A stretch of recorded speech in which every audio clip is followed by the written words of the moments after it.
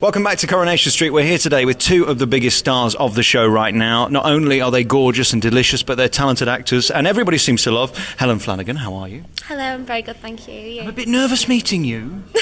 Why? I think I'm a bit in love, really. I mean, I know I haven't got a chance. That's so sweet. That's so nice of you. And Ryan Thomas as well. How are you? Yeah, I'm very well, thank you for saying nice things about me. All right, let's start with both of you. I mean, you're both sex symbols right now. Everybody loves you in all those glossy magazines. Everybody wants to see you naked and all that. It must be great to be you. That's so funny. Well, I get to see you in your boxes soon. So, you've had a good day. Yeah, I've had a good day too. Well, I mean, this is a marriage made in heaven in terms of the programme. I mean, off camera, how do you deal with those uncomfortable moments when you're both, well, naked? Well, I'm really, really good friends with Ryan, so we just have like banter about it and we just like have fun with it. So it's good. We get on well. Yeah, it's strange to say, we don't really get that nervous with each other. I mean, we probably did first scene we ever did together, but we weren't naked, so by that time, when it comes to being semi-naked all the time, we were sort of very comfortable with each other and we just have a joke about it, so it's nice. Congratulations on both of your roles in this. You made it your own, and that's the thing about this. I mean, there's so many come and go because you've got to make an impact, haven't you, and make the role your own.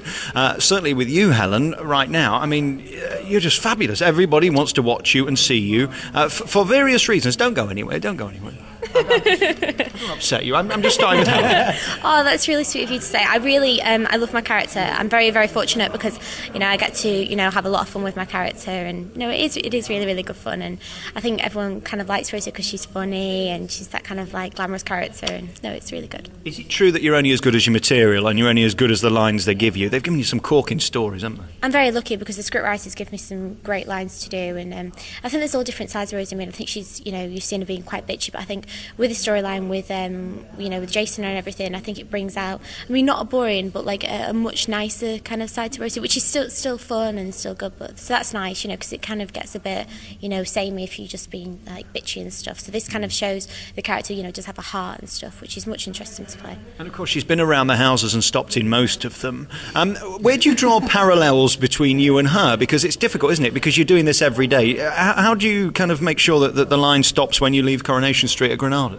Well, there's a big difference between me and Rosie. I'm just a proper geek in real life. I'm like really, really soft. I wouldn't say boo to a goose, but I think what Rosie and Jason have in common is I think they're both a little bit lost in their own ways.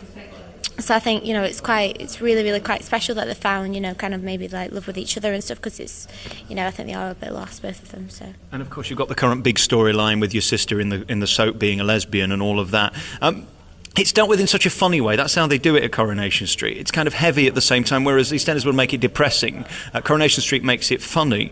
How is all that going to resolve? Come on, tell me the answers. I think it's really, really good that they've done that storyline. I think they've done it really, really sensitively and stuff. And Brooke and Sasha have done it brilliantly. I mean, both of them are amazing actresses. I really, really do think that. So, I mean, I think they're handling it really well. But I don't think it's it's not a storyline that's going to go, because it's not like a phase or anything. Because and I think they've dealt with sensitivity and stuff. And Ryan, let me talk about you, because if I could just be you for 5 minutes, because I hear the girls in the office, they love you and they fancy you and you're like, obviously I'm a deeply unattractive man. What is it like to be popular? It's the first time I've heard of this. No, I think, well, listen, I've not even won Sexiest Male once in 10 years, so I can't be that sexy and I can't be that appealing to women, so... Don't play with me. I never, honestly, in my everyday life, I never hear them sort of comments unless I'm doing these sort of interviews, so I always say the same answer. I'm very privileged, but I don't have a clue how sexy I am. You want to see me first thing in the morning, there's nothing sexy about me, trust me. Do you enjoy your characters, both of you? We'll start with you, Ryan, because, you've got kind of a dopey character in one way, but he plays the field and you get to do interesting stuff. It's a difficult balance, isn't it? Because you've got to make it interesting. At the same time, you've got to turn up at work in the morning and enjoy it. Of course. I always compare my character to Joey from Friends. I don't know, he's very much so like that. That is so true. That is so true. So, yeah, I think that's sort of a little bit how I play it, obviously, because that's the way they write the character. A lovable, dopey, sort of, typical guy about town, and that's sort of how it is, and it's exciting to play, and it's, in the 10 years I've been there, there's so many different storylines that he's had, and I've been very lucky to have them storylines. And now I'm working with Helen as well, so I'm even more lucky, as most guys out there keep telling me.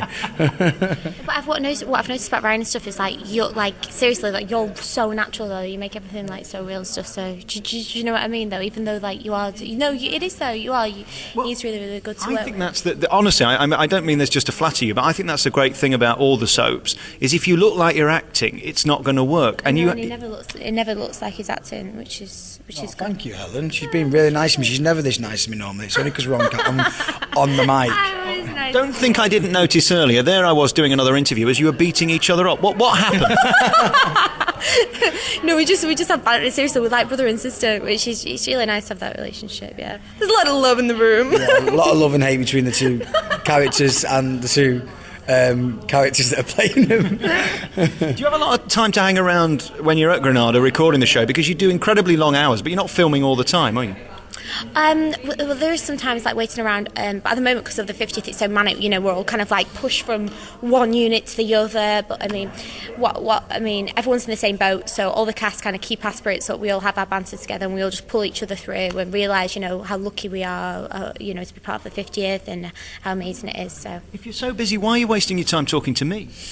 Because we're here to promote the DVD, and that's quite important. So, of course, we're for all the right reasons. Have you been on a PR course or something? That was brilliant. That segue's perfect. The DVD. What happens with you two on this DVD then? It's called A Knight's Tale, and everybody's going to be talking about it. What happens? And basically, it's just absolutely mad. It's like a fantasy world. It's completely manic. I mean, the script is like absolutely crazy. It's like it's amazing. It's really, really, really funny. Like a carry-on film, isn't it? Yeah, that's what I was looking for. It's like a carry-on film, and no, it's just really, really good fun. I mean, I think it's got everything. I mean, it's got the whole kind of like sexy kind of characters, and then it's got the funny stuff with Malcolm and Petty Claire, and it's just amazing. It's really, really, really good. It'll be an easy watching DVD for everyone to watch at Christmas because it's seen. If you like Coronation Street. Obviously, if you like Coronation, you're going to watch this DVD, and you'll see the characters out there in normal environment, which is great, and you get to see the comedy side of things. But you also get to see a little bit of drama and other faces that you haven't seen for a little while that used to be in Coronation Street. So. Now, there I was doing my show the other week and flicking through the papers, and there you were in a bikini on like page 7 of The Sun. I just want to talk to you about what it's like to see that when you go through the paper and you're in it. You both had massive press recently. How does that feel? It doesn't. I think I've been in the show for about 11 years, so it doesn't really. I mean, I suppose if someone says something nice about you, you think, "Oh, that's nice." But I think they say that about anyone, if they were in the show. So I was just like, "Oh, that's nice." Well, I don't know about anyone. That's not how the PR works, is it? Really, you've got to be careful what you do. Do you have a good life? Because I mean, you're working long hours and all that. I mean, are you able to have the party because you're based here in Manchester, and they say that everything happens in London? I don't know if that's true. Is it fun working out of Manchester? Well, I live just outside of Manchester, but it's great because this job was a job on my doorstep, so I've not had to go anywhere. Like a lot of people do have to travel, and I think we take it for granted that we're so close to our work and so near to our home, and it's a great place to be, Coronation Street, if you're from Manchester, and we're both only Bolton, aren't you? So yeah, I mean, I think like whenever I'm not like working in Manchester and stuff, my boyfriend lives in Wales in Swansea, so whenever like I'm not at work, then I'm down to Swansea, which is like 5 hours away. But it's not ideal, is it? Just very finally, Helen, there's no chance that a gorgeous girl like you would ever consider a deeply unattractive man like me, is there ever? That's so sweet. No, but it's true though. I mean, what I'm talking about. I think you're gorgeous. Yeah, you don't really, do you? Then no, that's true. I've seen your boyfriends. I don't look anything like them. Come on, let's be honest. You know what I'm saying, don't you, Ryan? Are you trying to pull Helen here? Let's keep it real. Oh yeah, as if I'm going to compete with a football player. Guys, thank you so much for talking to me. This new DVD is out. It's called A Knight's Tale, and thanks to Helen and Ryan. Thank you, guys. Thank you very much. Thank you.